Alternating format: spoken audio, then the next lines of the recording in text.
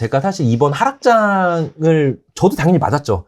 저는 50채를 들고 완전히 두들겨 맞았습니다. 그니까요. 두들겨 맞았는데 다른 사람에 비해서 그래도 영향이 조금 없었던 부분은 50채 중에 10채는 강남 오피스텔인데 여기는 하락이 그렇게 크지 않았어요. 보통 구축 아파트나 이런 거 같은 경우에 한 고점 대비 30% 내려왔거든요. 물론 비싼 아파트들은 크게 허락하진 않았어요. 근데 저는 약간 비싼 아파트보다는 저가를 다루기 때문에 약간 투자금을 가장 적게 가서 하는 수익률을 그런 투자를 하기 때문에 그런 아파트를 가지고 있었는데 확실히 30% 내려가고 40%까지 고점 대비 내려갈 때는 저도 약간 공포감이 있긴 있더라고요. 네, 공포감이 있어서 그때가 언제였죠? 2022년 10월, 11월, 12월. 가장 안 좋았어요. 금리가 막 7% 간다, 8% 간다 이런 얘기할 때 저도 살 떨려가지고 50채 중에 그래도 팔 수 있는 것만을 골라서 30채를 동시에 시장에 내놨거든요. 하나도 안 팔린 거예요. 하나도 안 팔리더라고요. 네, 그래서 진짜 2023년, 작년이죠. 작년 이제 한 4월, 5월 돼야 그게 좀 이제 흐름이 있어서 작년엔 제가 그래도 좀 정리 많이 했습니다, 그래도. 네, 그래서 그 정리해서 유동성을 좀 저 나름대로도 가지고 있고, 만약 그러지 않으셨으면 지금 아마 되게 힘드실 거긴 해요. 준비를 좀 안 하셨다라고 하면. 네. 지금은 그렇다면 약간 네. 어느 정도 충분한 유동성을 확보하시고 약간 안정된 그런 상황이시겠네요. 그렇죠. 그리고 또 중요한 부분이 하나 있는데 아까 여기에도 역전세 부분이 약간 좀 있더라고요. 근데 역전세가 최근 6개월 동안에 서울 매매 지수가 아니라 서울 전세 지수도 그렇고 굉장히 반등을 급하게 하고 있긴 하거든요. 그러니까 여러분들이 생각하시기에 매매가 떨어지는 건 맞긴 맞는데 전세가는 많이 올라가고 있어요. 맞아요. 네, 전세가 많이 올라가고 있어서 역전세 문제가 만약에 올해 초반이니까 역전세가 우리 2년이잖아요. 2년 전에 계약했던 게 만기가 돌아오면서 더 이제 뭐 전세 가격이 내려갔으면 그 돈을 줘야 되는 부분이 있고 이 돈을 못 구하시는 분들이 아파트라도 급하게 파시는 거죠. 그렇기 때문에 매매가가 더 심하게 내려갈 수가 있는 부분이거든요.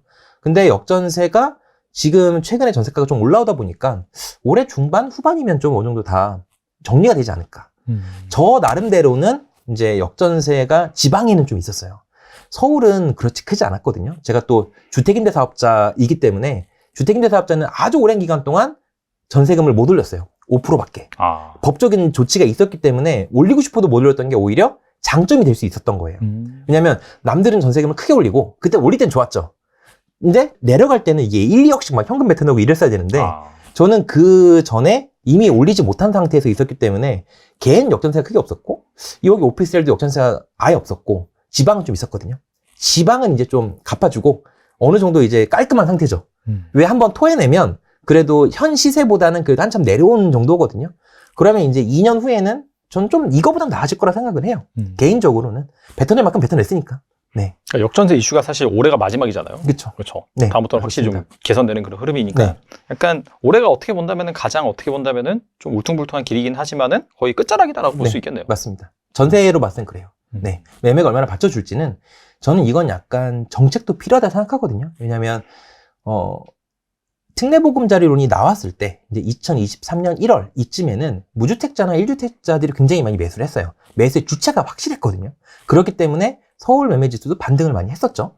근데 다주택자들은 사실 12% 취득세를 내고 뭘 사기가 어려워요.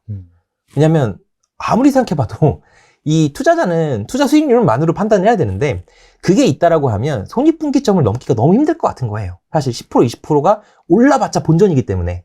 그러면 그 다주택자들이 결국엔 들어와줘야 추가적인 매매 상승률이 눈에 확연하게 띌 텐데 지금은 아직 아니거든요. 12%도 아니고 또 6%를 내린다고 했던 것도 현 정권에서 얘기한 부동산 공약들이 다 현실로 지켜지지가 않았어요. 법을 개정해야 되는데 그게 안 되고 있기 때문에 물론 이번 총선에 따라서 어떻게 결과가 나올지는 또 지켜봐야 되는 거긴 하지만 6%라고 하더라도 다주택자가 그렇게 매수에 참여할 수 있을까? 라는 부분을 생각을 하면 더 완전하게 상승을 기대해보긴 또 쉽지 않다. 이렇게 생각은 들어요. 네, 매수 주체로 봤을 때는. 좀 더 내려줘야 될 필요성이 있다고 생각해요. 왜냐면 전에 하락장 때, 즉 2022년, 2023년 이때는 매수자들에게는 아예 DTI라 그러죠. 뎁 투 인컴. 그러니까 소득이나 이런 부분을 거의 안 봤어요. 너무 하락장이기 때문에 부양을 하기 위해서 대출 규제를 완전하게 풀었거든요. 그리고 그때는 취득세가 또 1%였죠. 이런 부분이 있어서 반등도 금방큼 쉽게 했지만 지금 같은 경우에는 이 양도세도 그렇고 취득세도 그렇고 너무 보유세도 그렇고 예전에 비해 봤을 때는 너무 과다하다 이런 생각이 듭니다. 총선은 부동산 시장에 많은 영향을 미칠 건데 이게 우리가 포지션이 무주택자분이 계시고 무주택자는 어쩌면 임차인 분이실 수도 있겠죠. 아니면 한국에 많은 1주택자, 그러니까 2주택자나 다주택자가 있을 건데 각자 달라요. 그러니까 총선은 오늘 제 얘기 들으시면 감이 올 텐데 지방 중에서 미분양이나 악성 미분양이 많은 곳에 주택을 가지고 계신 분들, 이분들에겐 총선 결과가 중요해요. 그리고 본인들도 알고 계세요. 그리고 다주택자분들도 총선 결과가 중요하세요. 그것도 본인들이 알고 계실 거예요. 왜냐면 이게 시장이 꺾일 때 지난 정부에서 만들어 놓은 규제들이 정상 작동을 했거든요. 그러니까 지난 정부, 저도 다 지나서 결과론적으로 말씀드리는 거예요. 근데 사실 그때도 똑같이 말씀드렸는데 지난 정부에서 만든 규제는 하락하는 시장에서 작동되게 돼 있어요. 그러니까 이미 그건 증명이 됐잖아요. 상승하는 시장에서 그때 그 규제 정책들은 역작용이 일어났다는 게 이미 증명이 됐잖아요. 어떻게 보면은. 그러니까 지금 작동을 하면서 하락을 이끌고 있고 시장의 심리를 더 위축시키고 있기 때문에 총선 결과에 따라서 이게 변할 수 있기 때문에 이 규제가 얼마나 빨리 많이 변화나의 영향을 많이 받는 다주택자나 투자하시는 분들이나 특정 지방들의 아파트를 가지고 계신 분들은 총선 결과가 중요해요. 그런데 대부분의 분들인 뭐 무주택자나 주택을 하나 가지고 계시거나 수도권에 가지고 계신 분들은 총선 자체가 절대적으로 중요하진 않아요. 차라리 주택에 지금 왜 하락하고 있나, 왜 못 올라가나 이런 것들 수급의 요인을 따지는 게 좋다고 저는 생각을 해요. 총선이 아무튼 뭐 의미 있는 변화의 기점이 될 수는 있겠죠. 그런 기대하는 정도가 달라질 수 있으니까.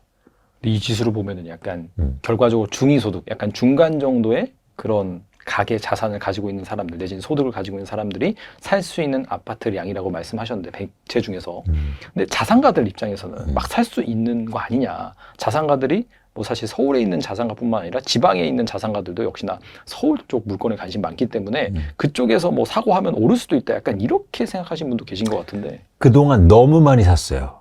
계속 살 수는 없어. 그리고 또 하나 중요한 건 그 사람들이 계속 살 수 있어요. 그런데 단 전제 조건이 필요해요. 가격이 오를 거란 기대감이 있을 때. 그렇죠? 근데 한계가 있다. 제가 볼 때. 그래서 자산시장에 가장 중요한 건 예를 들어서 이런 거예요. 진짜 자산시장에 올라가기 위해서는 뭐랄까 쉽게 말해서 이런 중위소득자들이 사서 올려주는 힘이 가장 세다고요. 그때야 본격적으로 상승장이 나온다. 그렇죠. 그게 진짜 힘이라고요.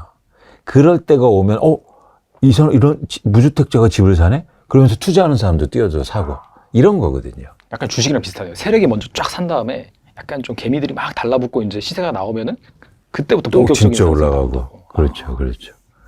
그러니까 그런 입장에서는 우리가 이런 지표가 의미 있게 볼 필요가 있다는 겁니다.